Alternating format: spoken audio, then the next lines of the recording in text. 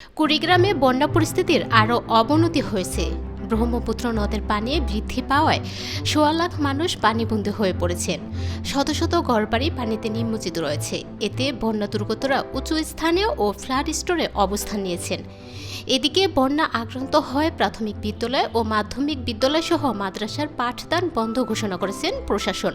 শুক্রবার ব্রহ্মপুত্র নদের পানি ভোরে নুনখাওয়া পয়েন্টে ৭২, চিলমারি পয়েন্টে ৭৮ ও হাতিয়া পয়েন্টে ৮০ সেন্টিমিটার বিপদসীমার উপর দিয়ে প্রবাহিত হচ্ছে। কুড়িগ্রামে ব্রহ্মপুত্র নদের পানি অস্বাভাবিক হারে বৃদ্ধি পাওয়ায় এ নদের প্রবাহ অববাহিকা ৬টি উপজেলার ১৬ লাখ মানুষ পানিবন্দী হয়ে পড়েছে। পাশাপাশি কয়েক হাজার ঘরবাড়ি পানিতে নিমজ্জিত হয়েছে।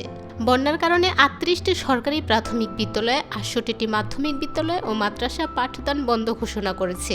বন্যার কারণে ২৩০০ হেক্টর ফসলি জমি নিমজ্জিত রয়েছে। বনবাসীদের সহায়তায় ইউনিয়ন পর্যায়ে ৮৩টি মেডিকেল টিম গঠন করা হয়। উদ্ভূত পরিস্থিতি মোকাবেলায় জেলা প্রশাসন থেকে ৫০০ টন চাল ও ২০ লাখ টাকা বিতরণের জন্য প্রস্তুত রাখা হয়েছে।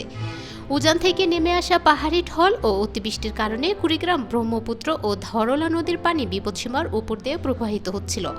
তবে ব্রহ্মপুত্র নদের পানি বৃহস্পতিবার সন্ধ্যায় হাতিয়া পয়েন্টে ৭৭ সেন্টিমিটার উপর দিয়ে প্রবাহিত হলেও ধরলা নদীর পানি ৪ সেন্টিমিটার কমে ২ সেন্টিমিটার নিচ দিয়ে প্রবাহিত হচ্ছে।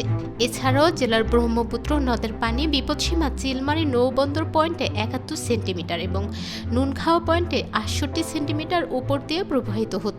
হঠাৎ করে পানি বৃদ্ধির ফলে বিপাকে পড়েছে বানবাসী মানুষ।